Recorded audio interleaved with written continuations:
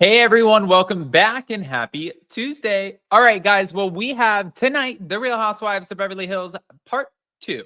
So I'm excited about that because tomorrow we have Kim from Bravo Breaking News, who's going to be joining us at 12 p.m. Eastern, 9 a.m. Pacific to mention it all. Now, with that, I did want to say I've been sharing this a little bit, but we have a site, we have new things coming. Exciting things coming up in adamlive.com. If you guys want to be in the know, you guys want to do the damn thing, and you guys want to figure out what we're up to, and while we're doing it, be the first to know, go to upinadamlive.com. I will pin it in the comment section of this. I'll also put it in the description. But go over there, put in your email, and join the list. That way we can let you know as soon as everything's ready. It's going to be good, y'all. I'm telling you. We have a lot going on. You're not going to want to miss it. But in the meantime, smash the like button. If you're not subscribed, get subscribed. Don't forget to hit that notification bell. And let's just start here with the Garcelle of it all.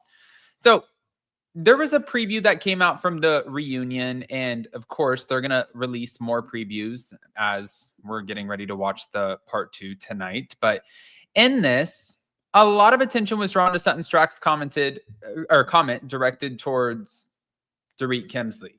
Remember when she said, "You need to pick somebody whose wallet fits." So many of us were really annoyed with that statement. I think everybody who I've had come on and collab with me, they were annoyed by that statement. It's different. Like if Bazoma St. John said that, this woman is working her tail off, right? She is working. She is a businesswoman. She is a boss first and foremost. She came from, if you ask her, she started with nothing and then really built this whole career. She still would not even use that statement. Now, for Sutton, I think a lot of people have an issue with this because Sutton was married to a very wealthy man. They have beautiful children together. They had a life together. And then eventually they went through a divorce where she probably has one of the best divorce settlements ever, between $300,000 to $500,000 a month that she gets every single month, just deposited into the account.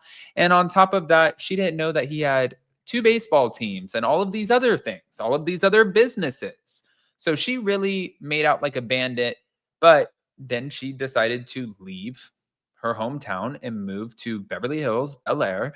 And she wanted to just get into society because now, why not? You can afford to do that. I get it.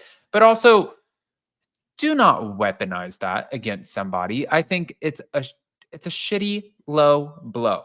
She knows exactly what it is. And I know that she's kind of walked back the comment and she was like, I wish I wouldn't have said that, but you did. Sutton did reinforce her argument by referring to Dorit as Poorit. This was in a confessional, and that had a lot of strong reactions from the cast. Let's just kind of go through what the cast reactions were, because Garcelle acknowledged her inability to defend Sutton's comment, and Andy asked her, "Can you defend this?" She was like, No, I can't. This was wrong. For sure, it was wrong. We're watching Garcelle, and this is why I'm excited to see part 2 of the reunion tonight. This is why you guys have to join us tomorrow for the conversation.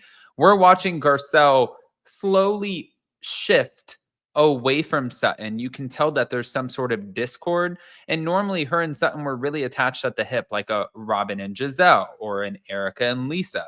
And I like when those dynamics sort of start to break apart. Now, listen, in real life, not entertainment TV, do I want any friendships or relationships to break apart? No.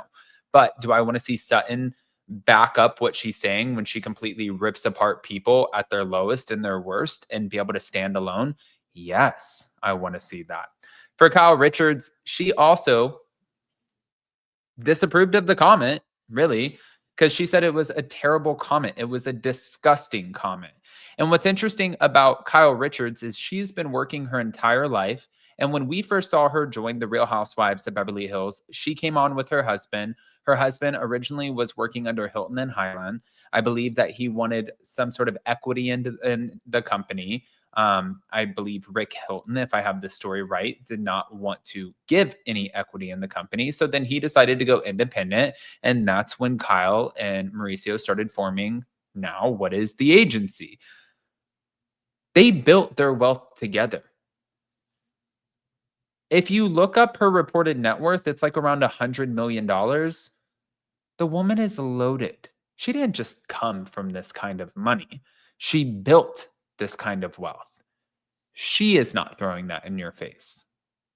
Also, Lisa Vanderpump, not throwing it in your face. And now I don't know if Lisa Vanderpump came from money or not, so I'm not going to go down that. But, you see what I'm saying. Even Kathy Hilton, though, she hinted that there was an off-camera discussion with Sutton Stracke. And she said, we talked about it the other night, and you said to me, I'm not proud of that. And I said, well, you shouldn't be. Thank you to Kathy Hilton for keeping little Sutton on her toes, because you shouldn't be. Kathy Hilton is another great example of somebody who is not just sitting there saying, I have money and you don't, and I will completely destroy your life in Hollywood. She has one of the most famous daughters ever. Her last name is incredibly famous. It carries weight. I'm sure she can get in and do whatever she wants. I've met Kathy multiple times. She is one of the sweetest women that I've ever met. And I love her. I love her. But also, when you meet her, she doesn't make you feel poor or less than. She doesn't do that to you. Now, you guys can say too on here, like, Adam, what about when she said the woman, or the lady at my house or the worker? I don't think that was, and you guys can call me naive or dumb, pop off in the comments, because I'm sure some people are not going to agree with me. I don't think that was specifically targeted to just not acknowledge that these people, whoever the staff is that works for her, that they have names and they are real people. I think it was because they didn't sign up for the show and she didn't want to throw their names out there. And, I mean, that's what I think. I could be naive to this, but okay. But Sutton did attempt to contextualize her comment by pointing out that Dorit had previously insinuated that she had a drinking problem, and she made remarks about her personal life. Dorit this is what happened. She responded by criticizing Sutton's living situation, saying, you don't exactly live like the Queen of Sheba. You live on a fucking main road. And I thought this was funny because Andy Cohen was like, wait, what? You're weaponizing the fact that she lives on a main road in Bel Air? And she was like, yeah, I am. I am weaponizing that. Yeah, I wouldn't want to live on a fucking main road. And I'm like, I don't know if it's still Bel Air. You know what I mean? Her bills are still paid. I don't know if that's like a great argument, Dorit, but I get it. We're going to end up watching how all of this unfolds. We're going to see if there is any sort of resolution to this conflict. We know with Garcelle, clearly we did not end off on the best note, but for Sutton, maybe she'll be able to pave a way forward, and maybe she'll be able to get back in these women's good graces. You see Jennifer Tilly the whole time, and she's like,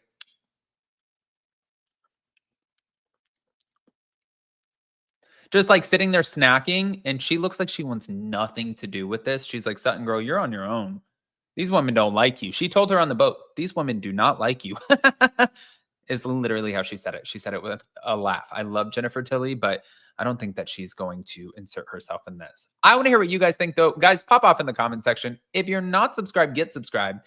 Don't forget to hit that notification bell, and we'll see you next time. Love you guys. Bye.